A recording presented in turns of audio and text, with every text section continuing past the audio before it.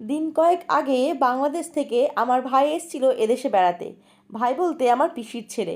কিন্তু হাতে সময় নিয়ে এসছে একদম কম, অথচ ঘুরতে এসছে। তখন কি করণীয়? আমাদের বাড়ির সব থেকে কাছাকাছি যে কটা ভালো ভালো জায়গা আছে সে কটা ওকে ঘুরে ঘুরে একটু দেখানোর চেষ্টা করলাম। তার মধ্যে অন্যতম হচ্ছে একটা মন্দির, সাই বাবার মন্দির, যেটা আমার খুব পছন্দের। জানি না কেন গেলে একটা অদ্ভুত শান্তি অনুভব করি। তো সন্ধ্যেবেলায় সেখানে সবাই মিলে চলে গেছিলাম। পান্তুকে দেখো, এখন আস্তে আস্তে বড় হচ্ছে, তো নানা রকম পাকা পাকা কথা কী যে বলছে কী যে করছে ওই জানে। নানা রকম এক্সপ্রেশন দিয়ে বুঝিয়ে দিচ্ছে যে পিসি আমি আস্তে আস্তে বড় হয়ে যাচ্ছি। তো যাই হোক, ভালো করে মন্দিরটা ঘুরে দেখলাম সবাই মিলে। খুবই ভালো লাগলো, ভাইয়েরও বেশ ভালো লাগলো দেখতে। আসলে কি, ভালো জিনিস তো সবার ভালোই লাগবে, তাই না?